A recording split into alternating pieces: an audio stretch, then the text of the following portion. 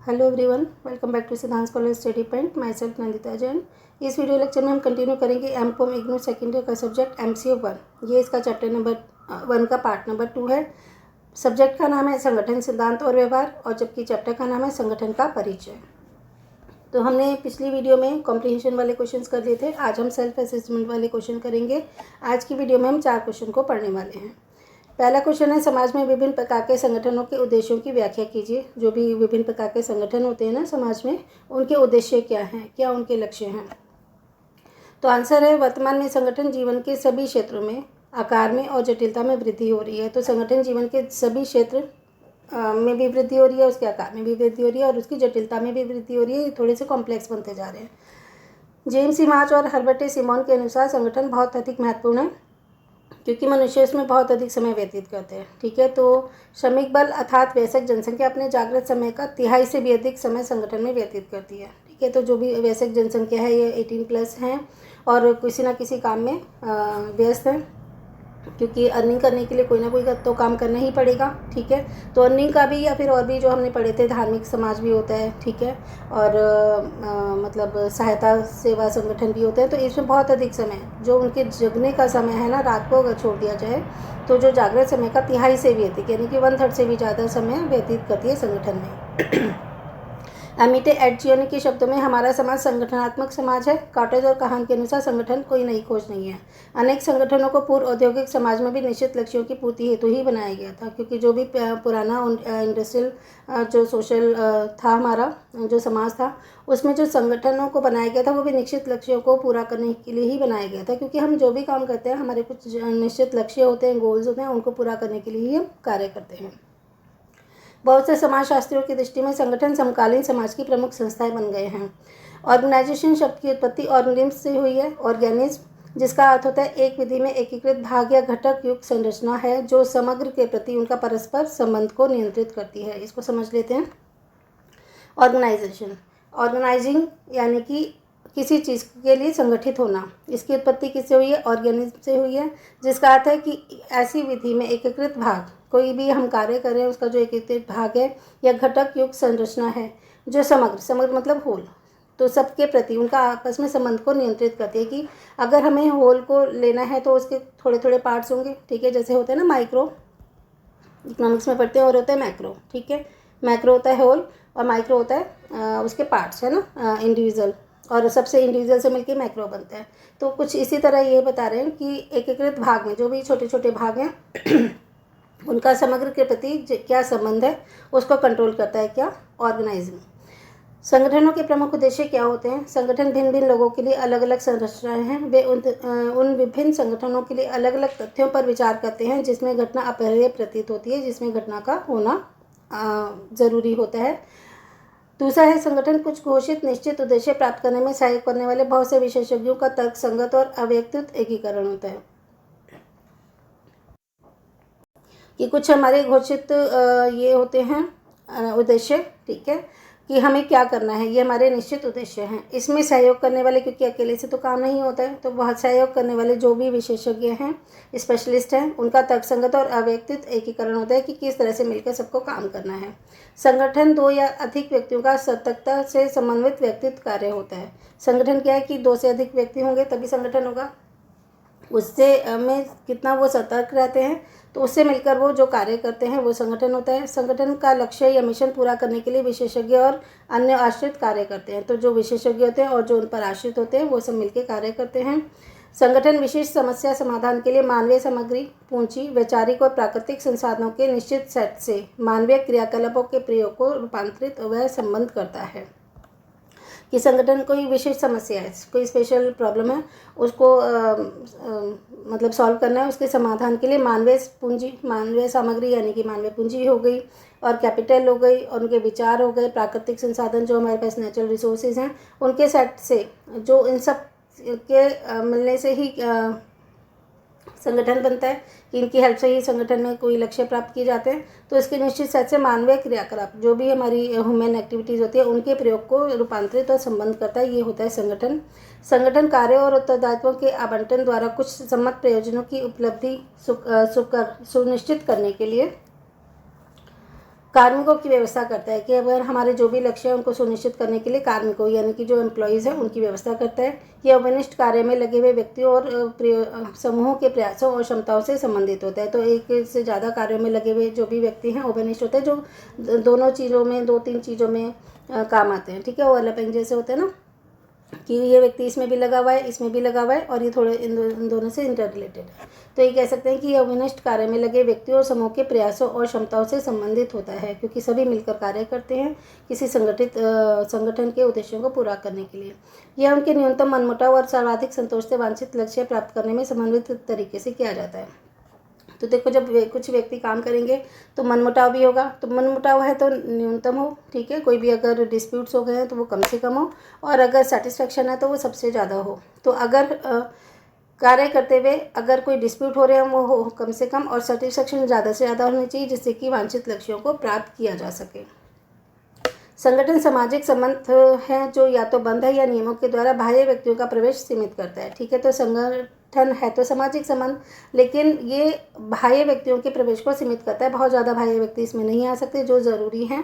ठीक है, जिससे मिलकर संगठन बना है, जिन व्यक्तियों की ज़रूरत है वही इसमें आ सकते हैं। इसके आदेश व्यक्तियों की कार्यवाही द्वारा लागू किए जाते हैं कि भाई संगठन में क्या कार्य किए जाने हैं, तो किस तरह से ऑर्डर्स मिलेंगे। अभी हम देखेंगे कि संगठन में प्रबंध होता है और प्रबंध में लेवल्स होते हैं। तो लेवल्स हम अभी आगे पढ़ेंगे, और प्रबंध की डिफाइन हमने पिछली वीडियो में पढ़ ली थी। संगठन प्रत्येक सहभागी पर निश्चित भूमिका तथा कर्तव्य निभाने का कार्य निष्पादन करता है। तो जो भी संगठन में कार्य कर रहे होते हैं, तो जो भी उनके सबॉर्डिनेट्स होते हैं, उनमें सबकी एक निश्चित भूमिका होती है। ठीक है, जैसे हमें पता होता है कि भाई किसको क्या काम करना है। जैसे मान लो कोई ऑफिस है, कोई ऑर्गेनाइजेशन है, तो हर व्यक्ति की जो भूमिका है ना वो निश्चित होगी। ये जो डायरेक्टर्स का काम है वो डायरेक्टर्स करेंगे, जो एम्प्लॉयज़ का काम है वो एम्प्लॉयज़ करेंगे, जो फोरमैन्स का काम है वो फोरमैन्स करेंगे।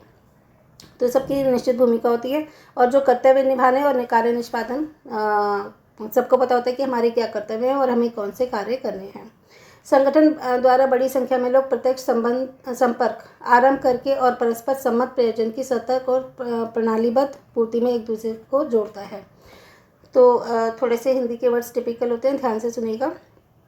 संगठन द्वारा बड़ी संख्या में लोग, क्योंकि संगठन अकेले के लिए तो किया नहीं जाता है, कि पहले ऑर्गेनाइजेशन होता है जिसमें 2 से ज़्यादा लोग मिलकर कार्य करते हैं, और लोगों वो कार्य उसमें किसी न किसी लक्ष्य की पूर्ति करने के लिए ही कार्य करते हैं। ठीक है, चाहे वो धार्मिक संगठन हो, चाहे वो औद्योगिक संगठन हो, तो बहुत से लोग उसमें प्रत्यक्ष संबंध में आते हैं।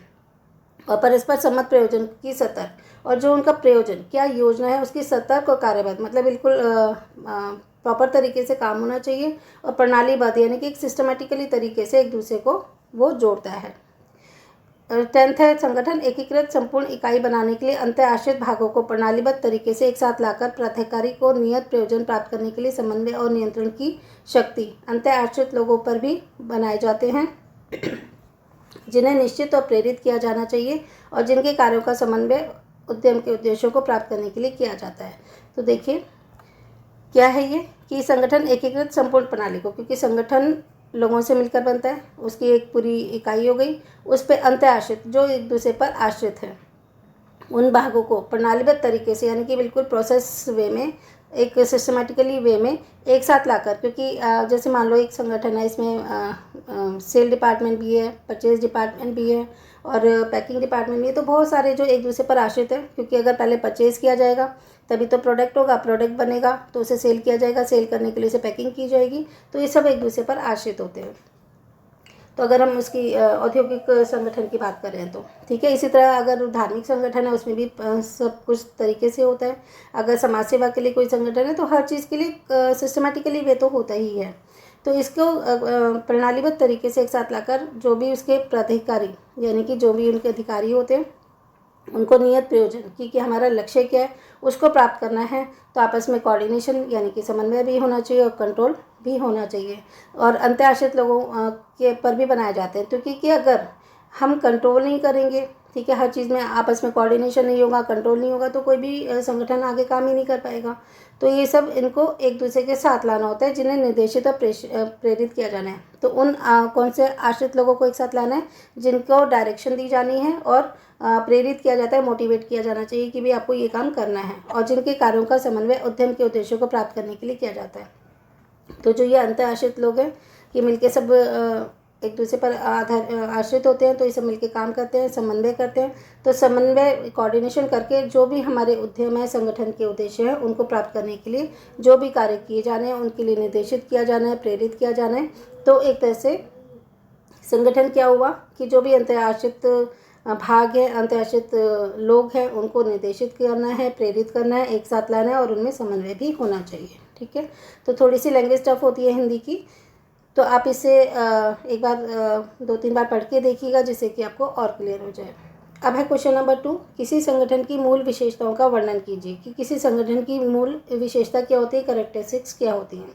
तो अगर हम बात करते हैं कि संगठन की विशेषताएं, तो एट जियोनी के अनुसार संगठन की निम्नलिखित 3 विशेषताएं हैं। सबसे पहले तो श्रम शक्ति और उत्तरदायित्व का विभाजन, division of labour power and responsibilities, कि अगर हमें कोई भी कार्य करना है तो हमें जितनी भी हमारे पास लेबर है और उनका क्या क्या लायबिलिटीज़ है, ठीक है, रिस्पॉन्सिबिलिटीज़ है, उसको विभाजित किया जाना चाहिए। आप इसे नहीं थोड़े से उसके हिसाब से देखो। चलो सपोज हम कहते हैं कि हमें एक पार्टी अरेंज करनी है, तो पार्टी अरेंज करनी है, मान लो घर में कुछ गेस्ट आ रहे हैं, पार्टी अरेंज करनी है, तो इसमें भी ये तो नहीं है ना कि एक ही व्यक्ति सारे काम करेगा, या फिर ये नहीं है ना कि सारे व्यक्ति मिलकर किसी एक ही काम को करें। नहीं, अगर हमारे पास 4 लोग हैं तो हम चारों लोगों को अलग अलग जिम्मेदारी देंगे कि आप ये काम कर लो, आप ये कर लो, ये कर लो और ये कर लो, तभी किसी पार्टी को ढंग से अरेंज किया जा सकता है। तो छोटी से छोटी चीज़ में भी संगठित होकर ही कार्य किया जाता है। इसी तरह बड़े से बड़े जो हमारे संगठन होते हैं किसी उद्देश्य की प्राप्ति के लिए बनाए जाते हैं। तो सबसे पहले तो उसमें हम देखते हैं कि हमारे पास कितने लेबर वर्क है और उनका क्या रिस्पॉन्सिबिलिटी होनी चाहिए। ये विभाजन को परंपरागत रूप से कोई पैटर्न युक्त नहीं है कि भी एक सिस्टमेटिकली ऐसे ही चलेगा। जो जिस भी संगठन में है ना, तो उसके क्या निश्चित उद्देश्य हैं, उनको प्राप्ति करने के लिए सब लोगों को अलग अलग उत्तरदायित्व तो देने ही पड़ते हैं, जिससे कि काम कार्यबद्ध तरीके से हो सके। फिर है एक या अधिक शक्ति केंद्रों की उपस्थिति।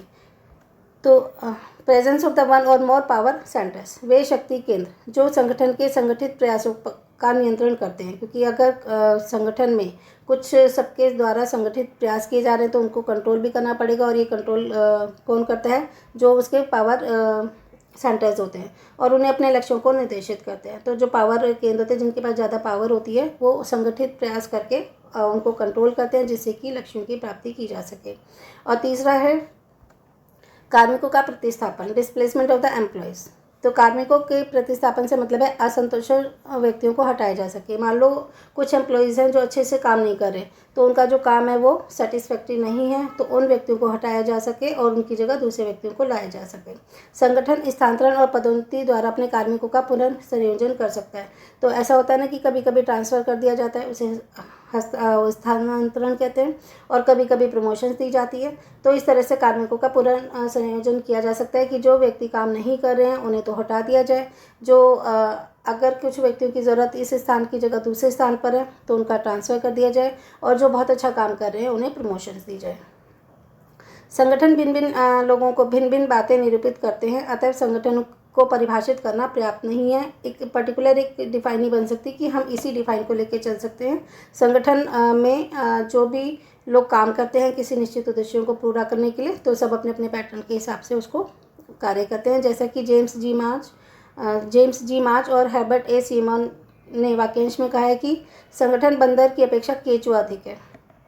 तो जैसे कहते हैं ना कि संगठन में मान लो हम ये कहते हैं कि बंदर है, बंदर एक जगह से दूसरी जगह उछलता फिरता है, ठीक है, लेकिन केंचुआ होता है कि धीरे धीरे चलता है लेकिन स्मूथ गति से चलता रहता है। ये नहीं कि अभी यहाँ पर है और यहाँ पर पहुँच जाएगा, जबकि बंदर ये यहाँ पर है और फिर एकदम से यहाँ पे भी जा सकता है। तो ये कहते हैं कि संगठन जो है ना सिस्टमेटिकली तरीके से चलता है, तो ये बंदर की अपेक्षा केंचुआ अधिक है। ठीक है, अब हम कहते हैं कि निकोलस हेनरिके ने संगठन की विशेषताएं कौन कौन सी बताई हैं। एक तो है इसमें गौण या अव्यक्तिगत संबंधों द्वारा पहचान निर्धारित करना, गौण होते हैं जो सेकेंडरी लेवल के होते हैं, ठीक है, इसकी पहचान निर्धारित करना। दूसरा है विशेषीकृत और सीमित लक्ष्य, कि कुछ ऐसे हमारे लक्ष्य होते हैं जो बहुत स्पेशल होते हैं, कुछ होते हैं जो लिमिटेड होते हैं।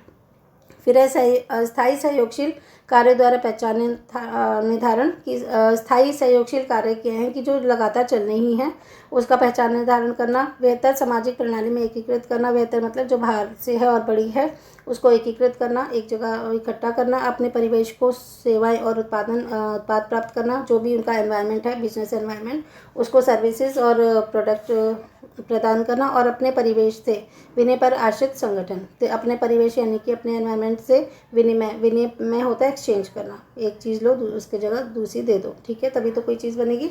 तो इस पर जो भी आश्रित संगठन है, ये विशेषताएं सार्वजनिक और निजी दोनों संगठनों के हमारे कार्य करने का प्रारूप बनाती हैं।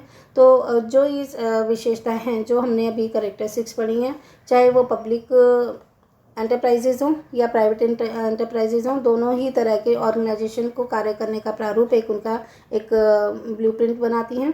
संगठन संरचना मात्र न होकर प्रयोजन या लक्ष्य प्राप्त करने की जटिल मानवीय सामूहिकता का सेट भी है। तो संगठन सिर्फ एक स्ट्रक्चर ही नहीं है, संरचना मात्र ही नहीं है, बल्कि जो भी हमारे लक्ष्य हैं, जो भी हमारे गोल्स हैं, वो बहुत कॉम्प्लिकेटेड हो जाते हैं। तो उनको मानवीय सामूहिकता का एक सेट होता है कि कॉम्प्लिकेशन ना हो, क्योंकि कोई भी काम करना है तो बहुत सारी चीज़ें उसमें देखनी पड़ती है, तो सबको काम डिवाइड कर दिया जाता है, उनको कंट्रोल किया जाता है और टाइम टू टाइम उनको मतलब उनको गाइडेंस भी दी जाती है। निकोलस हेनरी का मत है कि उन अधिकांश विद्वानों ने जिन्होंने संगठन पर कार्य किया, संगठन की उपयुक्त विशेषताओं का निर्धारण किया और भिन्न भिन्न पक्षों या विशेषताओं पर बल दिया है। जेम्स सी थॉम्पसन के अनुसार साहित्य को 3 मुख्य धाराओं में विभाजित किया जा सकता है। यहाँ पे साहित्य नहीं आएगा, संगठन आएगा। पहला है बंद मॉडल, दूसरा है खुला मॉडल और तीसरा है नई परंपरा, जो दोनों मॉडलों का संश्लेषण करती है। तो निकोलस हेनरी क्या कहते हैं कि अधिकांश उन विद्वानों ने जिन्होंने संगठन पर कार्य किया है कि भाई संगठन कैसे होने चाहिए, ठीक है, और उसके आधार पर जो हमने अभी ऊपर विशेषता पढ़ी है उसको निर्धारित किया है कि भाई ये संगठन की विशेषता होनी चाहिए, ठीक है। तो उनके हिसाब से किस तरह से हम कह सकते हैं संगठन को 3 मुख्य धारों में विभाजित कर सकते हैं। पहला है बंद मॉडल, जो बंद है, एक होता है खुला मॉडल, जो खुला हुआ है, अभी हम पढ़ेंगे डिटेल में, और फिर है नई परंपरा, जो भी नई कोई ट्रेडिशनल को छोड़कर कुछ नई आधुनिक मॉडल आए हैं, उन दोनों का संश्लेषण यानी कि उनको मिक्स करता है। विश्लेषण होता है किसी चीज़ को ओपन करके बताना, संश्लेषण होता है कि जब कोई चीज़ जैसे ओपन होती है ना, उसको जाके संश्लेषित कर देना, इकट्ठा कर लेना। तो ये दूसरा क्वेश्चन भी हमारा हो गया। अब हम पढ़ते हैं किसी संगठन के विभिन्न प्रकार कौन से हैं। संगठन के जो प्रबंध है उनके विभिन्न स्तरों को किस प्रकार कितने स्तरों में बांटा जा सकता है और कौन कौन से प्रकार के विभिन्न कौन कौन से दायित्व होते हैं। तो हमने पहले पढ़ लिया था कि प्रबंध क्या होता है। प्रबंध होता है मैनेजमेंट, ठीक है। तो संगठन तो बन गया, लेकिन मैनेजमेंट होना भी ज़रूरी है, और वो मैनेजमेंट कौन करते हैं, मैनेजर्स करते हैं। तो मैनेजर्स के जो लेवल्स हैं वो कौन से हैं, और उनके जो अलग अलग जो लेवल्स हैं उन मैनेजर्स के लायबिलिटीज़ क्या हैं, रिस्पॉन्सिबिलिटीज़ क्या हैं, ये हमें पढ़ना है। तो हम पढ़ते हैं संगठन के विभिन्न कार्यकलापों के समन्वय के लिए प्रबंध के विभिन्न स्तर बनाए जाते हैं। सामान्य रूप से इसके 3 स्तर होते हैं। उच्च स्तर का प्रबंध, हाई लेवल का जो मैनेजमेंट होता है, मीडियम लेवल का मैनेजमेंट, और पर्यवेक्षण या कनिष्ठ लेवल का प्रबंध, ठीक है। तो ये डायरेक्टर्स होते हैं हाई लेवल के, फिर ये मीडियम लेवल का हो गया, और कनिष्ठ यानी कि छोटे लेवल का, ठीक है। तो 3 लेवल्स होते हैं प्रबंध के। उच्च स्तर के प्रबंध में निदेशक मंडल आता है, डायरेक्टर्स आते हैं, अध्यक्ष आता है, प्रबंध निदेशक आता है, उत्पादन, वितरण और विपणन, वित्त मतलब फाइनेंस, मानव संसाधन जो हमारे ह्यूमन रिसोर्सेज है, उनके विकास जैसे कार्य संबंधी क्षेत्रों से जुड़े हुए जनरल मैनेजर आते हैं। उच्च स्तर का प्रबंध नियोजन मतलब प्लानिंग, संगठन मतलब ऑर्गेनाइजेशन, निर्देशन मतलब डायरेक्शन, और नियंत्रण मतलब कंट्रोल। तो जो हाई लेवल के जो मैनेजमेंट होते हैं, जिसमें सारे डायरेक्टर्स आ गए और अध्यक्ष, प्रबंध निदेशक वगैरह आ गए, इनका कार्य क्या होता है, इनका कार्य होता है ये उत्पादन से संबंधित, विपणन और वितरण से संबंधित, फाइनेंस कैसे होगा, मानव संसाधन डेवलपमेंट कैसे होगा, इससे सारे जो भी जुड़े हुए क्षेत्र हैं वो सब जनरल मैनेजर के अंडर में आते हैं। लेकिन प्रबंध अन्य स्तरों की तुलना में अपना अधिक समय नियोजन और संगठन कार्यों को देता है, ठीक है। तो अन्य स्तर जो भी हम पढ़ेंगे, जो और लेवल्स हैं, इसमें ये वाला जो प्रबंध है ना, जो उच्च स्तर का प्रबंध है, वो अपना ज़्यादातर समय या तो योजना बनाने में या फिर ऑर्गेनाइजेशन वर्क में देता है, संगठित कार्यों में देता है। उच्च स्तर का प्रबंध शेयरधारियों के मूल्यों को बढ़ाना, संगठन को दृष्टि और मिशन प्रदान करना, मुख्य लक्ष्यों को बनाए रखना, नीति संबंधी निर्णय लेना, बजट की समीक्षा करना, संगठन का यानी कि जहाँ से उसे फाइनेंस मिलेगा उसे ठीक बनाए रखना, फाइनेंस की कमी नहीं होनी चाहिए, संगठन की प्रगति होनी चाहिए, लाभ और निरंतरता रहनी चाहिए कि संगठन में डेवलपमेंट तो हो, साथ में प्रॉफिट भी रहे और कंटिन्यूसली रहे, ऐसा नहीं कि बीच में ब्रेक हो जाए।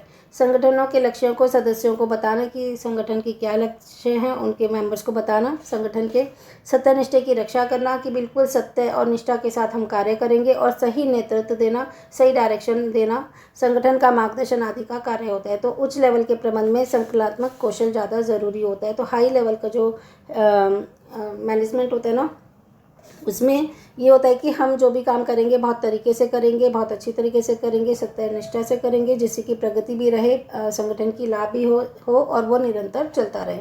तो इनकी रिस्पॉन्सिबिलिटी सबसे ज़्यादा होती है।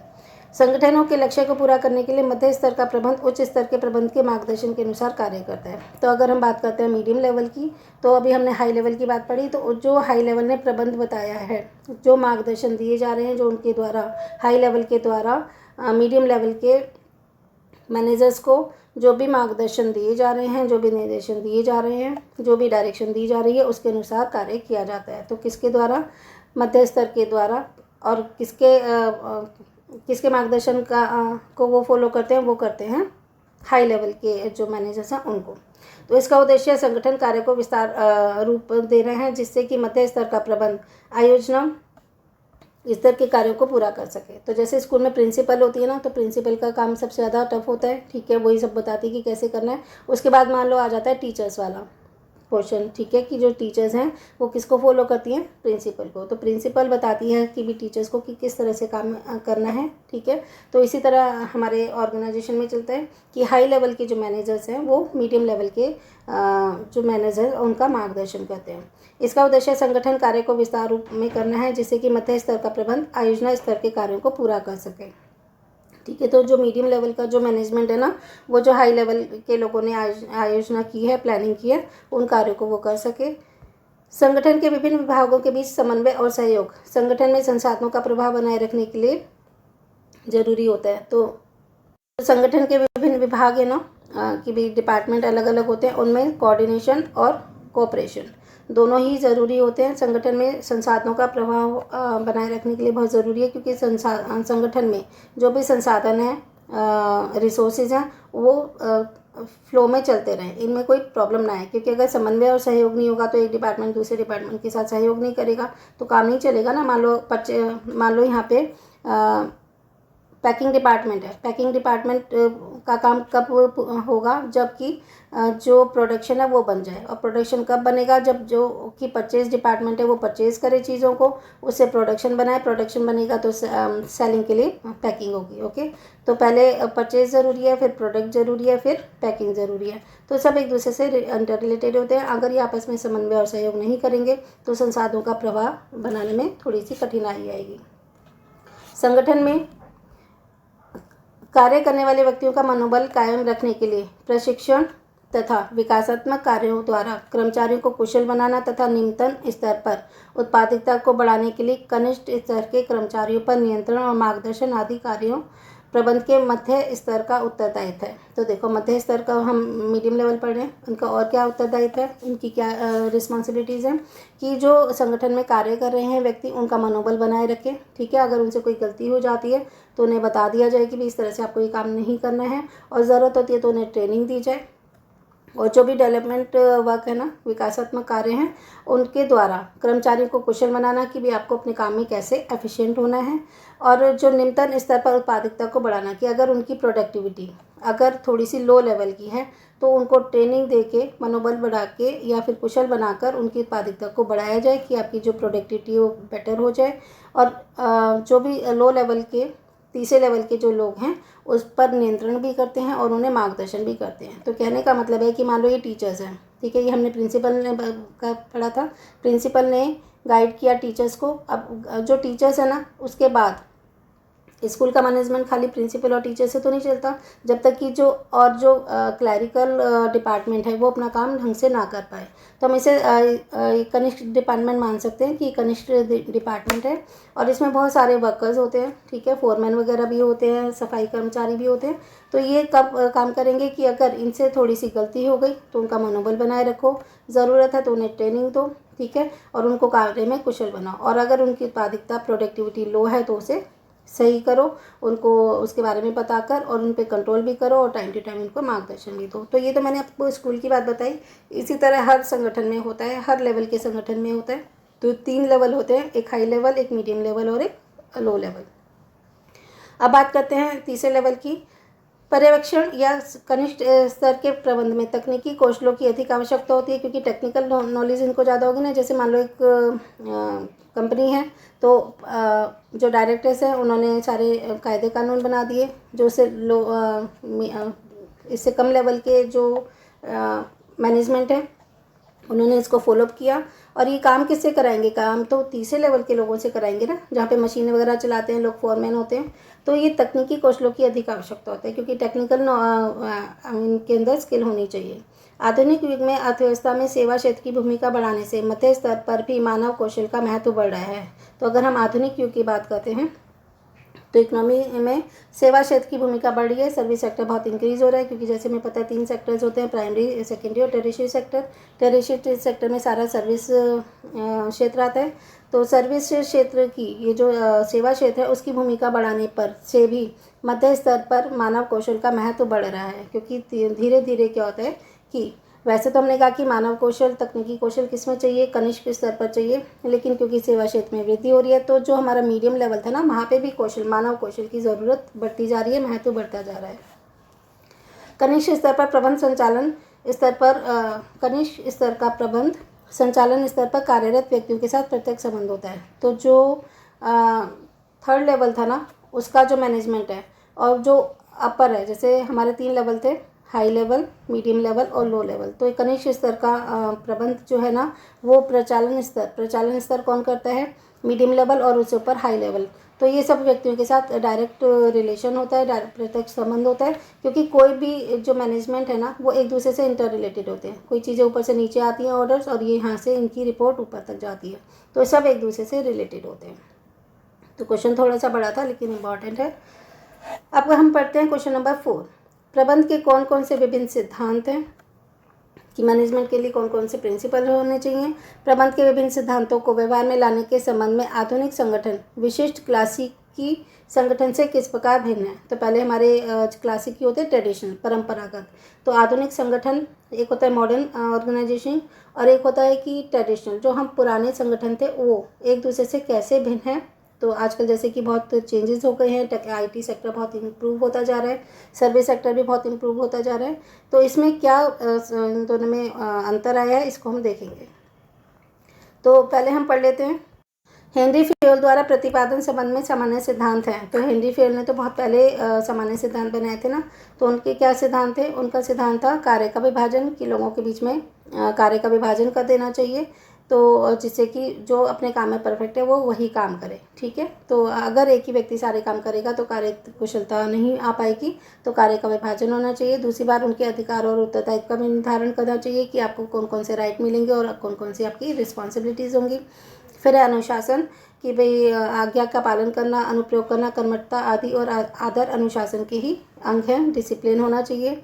फिर है आदेश की एकता, कि अधीनस्थ कर्मचारी को केवल एक अधिकारी द्वारा आदेश देना चाहिए। ये नहीं कि जैसे हमने कहा कि मान लो हम स्कूल की बात करें तो ये क्लैरिकल डिपार्टमेंट है, तो यहाँ से सब जगह से आदेश मिले, नहीं, सबको क्लैरिफाई होना चाहिए कि आप किसके आदेश को, किसके ऑर्डर्स को फॉलो करोगे। तो एक ही अधिकारी से आदेश मिलना चाहिए, अन्यथा अनुशासन खतरे में पड़ जाएगा, क्योंकि अगर सभी उसको अलग अलग वो देंगे ऑर्डर्स, ठीक है, तो वो कन्फ्यूज हो जाएंगे ना अधिकारी कि हमें किसके ऑर्डर को फॉलो करना है। तो एक जो कर्मचारी है ना, उसको अपने एक अधिकारी से ही आदेश मिलना चाहिए, वो उसी को फॉलोअप करे। फिर है निर्देश की एकता, एक प्रधान अधिकार और एक उचित योजना होनी चाहिए, जिससे कि डायरेक्शन सही तरह हो सके। 6 है व्यक्तिगत हित सामान्य हित के अधीन, कि संगठन के हितों के अनुरूप कर्मचारी के हितों पर भी विचार करना चाहिए, कि भाई कर्मचारियों को भी कोई बेनिफिट होंगे ना, तभी तो कर्मचारी पूरी निष्ठा से और सत्य प्रकाशता दिखाते हुए कार्य करेंगे। तो हमने जब से पहली वीडियो में पढ़ा था ना कि हेनरी फेयोल के 14 सिद्धांत थे, तो वही 14 सिद्धांत हम पढ़ रहे हैं। फिर है पारिश्रमिक, कि कर्मचारियों को उचित वेतन मिलना चाहिए, क्योंकि अगर जितना काम उनसे लिया जा रहा है उतना वेतन उनको नहीं दिया जाएगा तो वो कार्य को बहुत अच्छे तरीके से नहीं करेंगे, क्योंकि जब तक कर्मचारी सेटिस्फाइड नहीं होंगे तो वो अपना पूरा 100% अपने संगठन को नहीं देना चाहेंगे, जो भी उनका कार्य है, क्योंकि कहीं ना कहीं अगर उचित वेतन नहीं मिलेगा तो वो कार्य करने के लिए इंटरेस्टेड नहीं होंगे। फिर है केंद्रीकरण, सेंट्रलाइजेशन।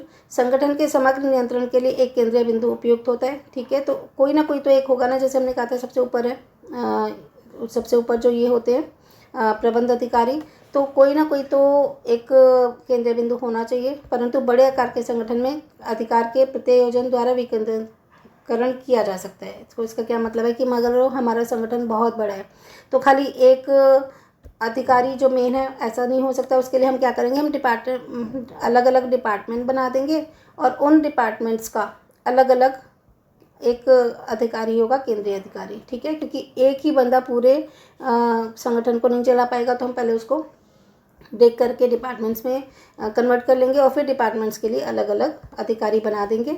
तो वैसे तो केंद्रीकरण होना चाहिए, लेकिन अगर बड़े आकार का संगठन है तो डिसेंट्रलाइजेशन किया जा सकता है। अलग अलग लोगों को अलग अलग एक हेड बना दिया जाए अलग अलग डिपार्टमेंट्स का।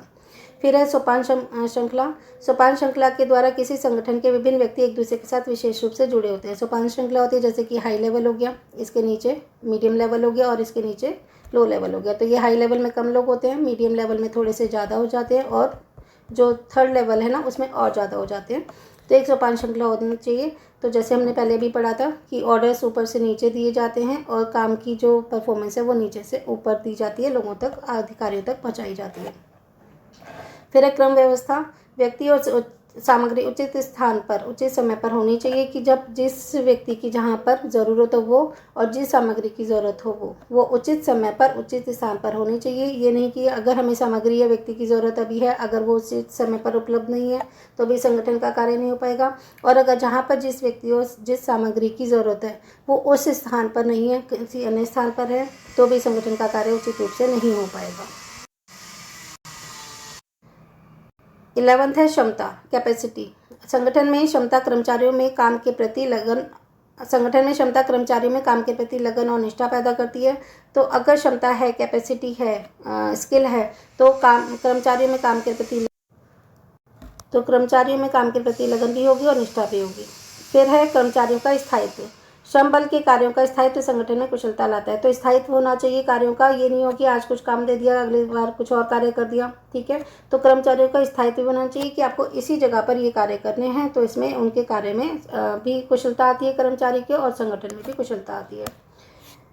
13 है पहल। संगठन में पहल का प्रोत्साहित करना तथा कर्मचारियों की गलतियों को कुछ हद तक सहन करना भी होना चाहिए। ऐसा नहीं है कि भाई सबसे पहले तो जो संगठन के कर्मचारी हैं उनको प्रोत्साहित करना चाहिए कि ठीक है, मोटिवेट करना चाहिए, और अगर उनसे कुछ गलतियां हो जाती हैं तो कुछ हद तक सहन कर लेना चाहिए। ऐसा नहीं कि सबके सामने उसको डांट डपट दिया या बुरी तरीके से उसे बुरा भला कहकर निकाल दिया गया, ऐसा नहीं होना चाहिए। फिर है सहयोग तथा मिलजुल कर कार्य करना।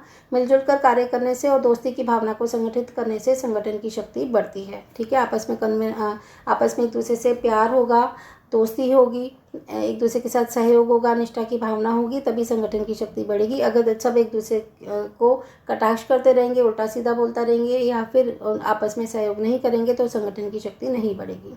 तो ये थे हेनरी फ्योल के 14 सिद्धांत प्रबंध के लिए। तो प्रबंध के उपयुक्त आधारभूत सिद्धांत किसी संगठन के कुशलतापूर्वक प्रबंध के लिए मार्गदर्शन प्रदान करते हैं। इन सिद्धांतों का यदि प्रयोग किया जाता है तो संगठन में कार्यकुशलता और प्रभाविता आती है कि उनकी कार्यकुशलता भी बढ़ेगी और प्रभाविता यानी कि वो आगे और ज़्यादा प्रोग्रेस करेंगे।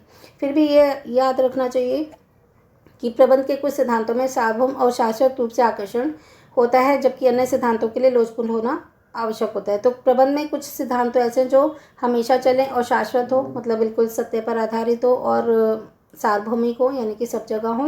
लेकिन कुछ अन्य सिद्धांत हैं जिसमें थोड़ी सी इलास्टिसिटी होनी चाहिए, बिल्कुल रिजिड नहीं होना चाहिए कि भाई हमें ऐसा ही करेंगे, इसके अलावा नहीं करेंगे। तो कुछ सिद्धांत तो सार्वभौमिक और शाश्वत होते हैं, लेकिन अन्य सिद्धांतों में थोड़ी सी इलास्टिसिटी का होना बहुत ज़रूरी है, जिससे कि संगठन के अंतर्गत स्वस्थ रूप प्रवाह बना रहे, कि बिल्कुल संगठन फ्लो में चलता रहे।